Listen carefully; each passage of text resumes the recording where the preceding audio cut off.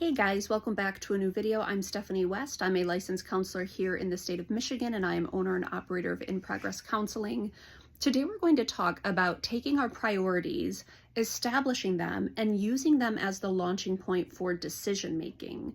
And I'm not going to say that it's easy to do this, but the concept is quite simple, and the concept is actually really helpful, especially as we're going into a season where there's a lot of expectations and furthermore just a lot of opportunities, different places to show up, different kind of opportunity costs.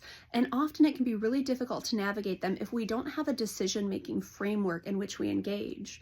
And so I'll just use the example of my season in life has shifted over the last year and a half as I've taken up school again.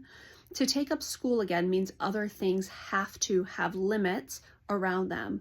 Other things have to be offloaded entirely.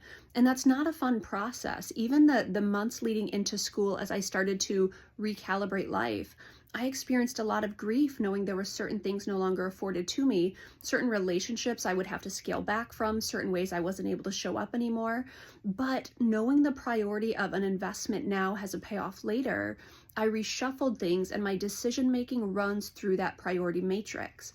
The caveat at the front of this is life does have emergencies and life does have unexpected pivots. And so as much as I have my priorities structured, something can come along that reorganizes things, and that's part of life, that's okay. But the framework is still really helpful in the day-to-day decision making.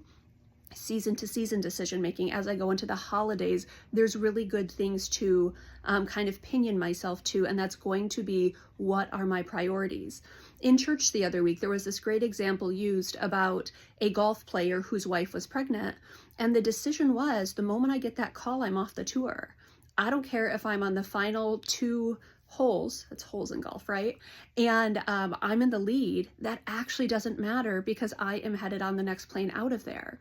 And so that is just an example of a fundamentally clear set of priorities. I'm not saying it's good priorities or bad priorities. I'm saying they're very clear priorities. So when that call comes in, it's not about like, ooh, what do I do? And anxiety. It's like, hey, I know where I need to be right now. It's not on this golf course. That's a big bummer. I've trained a lot of time for this. And my wife's in labor, and that's exciting too. And so as we start to recalibrate and reorganize life in a more proactive way, priority establishment is really important. So it's like, what is my core emphases in life right now? And so for a lot of people, it would be significant relationship, probably related to work, probably related to family. And there's going to be decisions that demonstrate that those are the places that get the most energy.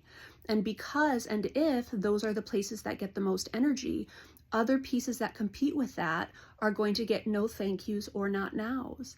And that's not a problem, it's a reality, because we don't have unlimited time and resources and capacity. And so as I work with clients through kind of the structuring of priorities, it's sometimes really hard to say, like, but wait a second, if everything matters, then nothing matters. It doesn't work to say that everything should be competing for our attention.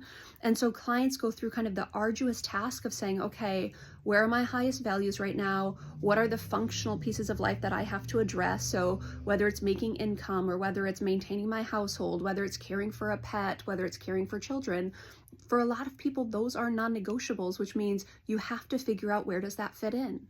Physical health is another one where clients will often be like, well, there's just not time to, work on this, this, and this. And one of the adages out there is you either, do the intentional thing now or you pay the price later. Does your physical health warrant some time and intentionality? I would suspect it probably does.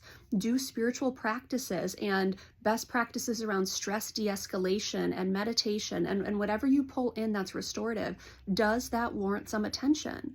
I suspect it does. And so then our job is to say, where does that fit? What might I have to offload? And what extra time do I have where I can invite in more ancillary things? It's a big conversation. A 5-minute video doesn't really give us much of a case-by-case place to explore.